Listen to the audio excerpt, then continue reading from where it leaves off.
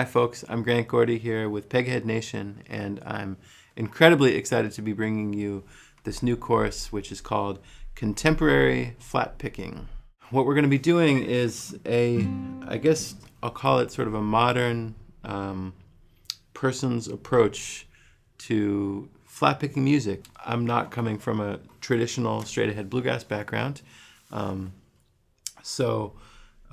like many of my contemporaries who are involved in this music, I'm bringing to bear a wide array of musical influences that have affected me over my life of playing. And all of those things are expressed in some way in my approach to flatpicking with acoustic guitar.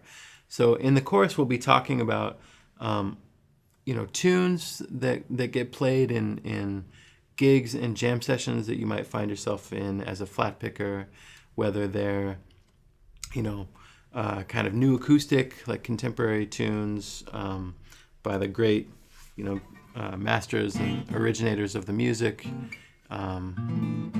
or might even be some jazz standards, straight ahead fiddle tuney kind of language. The repertoire bag is very big. There's a lot of possibility there. And that's great too, because it turns out all music is really just music. And we can take a thoughtful and analytical approach to rhythm and harmony and melody within the vehicles of so many different kinds of tunes. So we could talk about really kind of straight ahead, old time fiddle tunes, and we could look at how the concept of voice leading works, in the melody of a tune.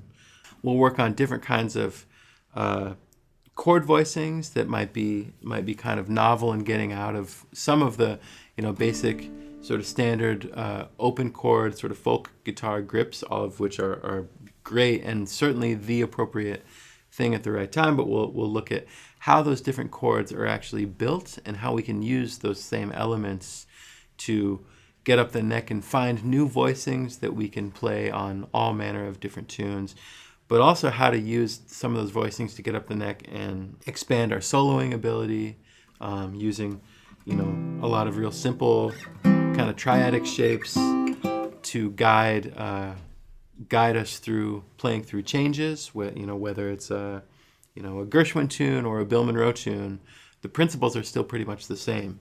We can work on the relationships between basic chord shapes and the various upper extensions of those chords, like the relationship between, for example, the 1 of a chord and it's flat 7, or it's 9, or it's 13, or it's sharp 11. All those things exist in relationship to the original chord, and we can find those relationships throughout all different kinds of music. So we'll look at a lot of harmonic possibilities and how we express those on the guitar. And we'll also look at different scale relationships, how those scales comprise melodies and what they have to do with the harmony as we go through different kinds of tunes. And we'll look a lot at rhythm, because I think rhythm is the number one thing that happens in music. It's the most important thing for us to attend to as practitioners of music, in my opinion.